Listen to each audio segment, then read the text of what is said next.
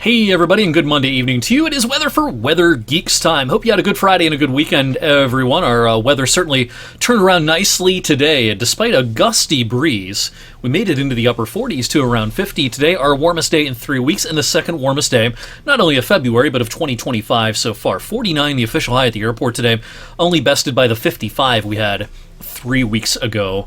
Today we're going to add two more orange boxes onto this before the end of the month. Tomorrow and Wednesday, still looking mild before the cooler air settles in once again for the last couple of days of the month. Today's date in weather history, this is one of my favorite ones because, as you may know, today's my birthday. And on my birthday, back in 2017, it was a record warm day. In fact, the old record didn't stand a chance. I think the old record on today's date, before that 75 back in 2017, it was something like 67 or something. So we broke that record by many degrees on February 24th, 2017. And, that was a February that overall was quite warm. And we've had a lot of pretty warm Februaries in recent years. This year is definitely proving to be a bit of an exception, though, because we're going to finish the month with a cooler than average outcome here in the month of February. In the meantime, across the nation, not a lot going on this evening. There are no big snowstorms. There are no big severe weather outbreaks nationwide this evening. Our next weather maker is actually this guy right here. It doesn't look like much, does it? But as this comes through tonight and into our Tuesday, a decent chance for some rain showers as many head out the door tomorrow morning. High-res Futurecast shows the increasing cloud cover tonight, and then some legitimate rain echoes being advertised by the modeling here as we head towards daybreak, 7 a.m. Should be raining in a fair amount of the area, but this is not going to be a washout for Tuesday. Our rain chances will come in two waves. The first one, first thing in the morning, and the next rain chance will come as we get into the afternoon. This dashed black line, anytime I draw this on a weather map, that's a trough of low pressure, not quite a cold front. That's going to come through, I think, during the second half of the day and kick up that chance of a few hit or miss showers mid to late afternoon on our Tuesday. Now, in the wake of that feature, we're back to quiet weather for Tuesday night and the vast majority of the day Wednesday.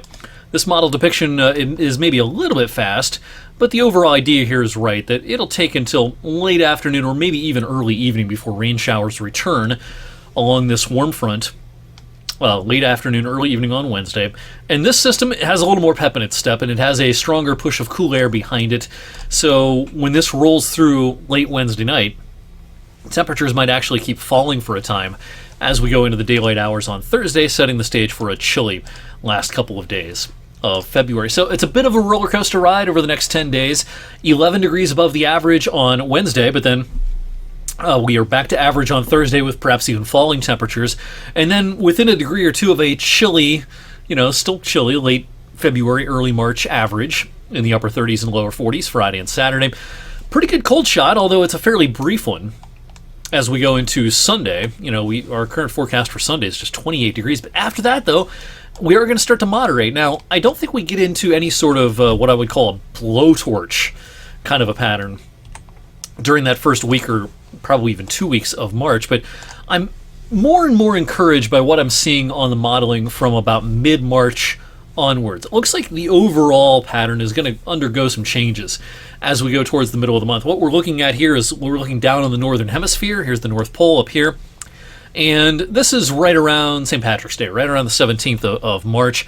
Pretty good troughing in the blue colors here, western U.S. and up into parts of northeastern Canada. So anytime there's ridging up here, there's blocking. A lot of times that allows cold to come down into the eastern U.S., but there's the opposite being advertised right now. Cool weather out west, cool weather up in the northern Atlantic and around Greenland, and that's going to allow our southeastern ridge to kind of flex its muscles a little bit. We've been waiting for that in February.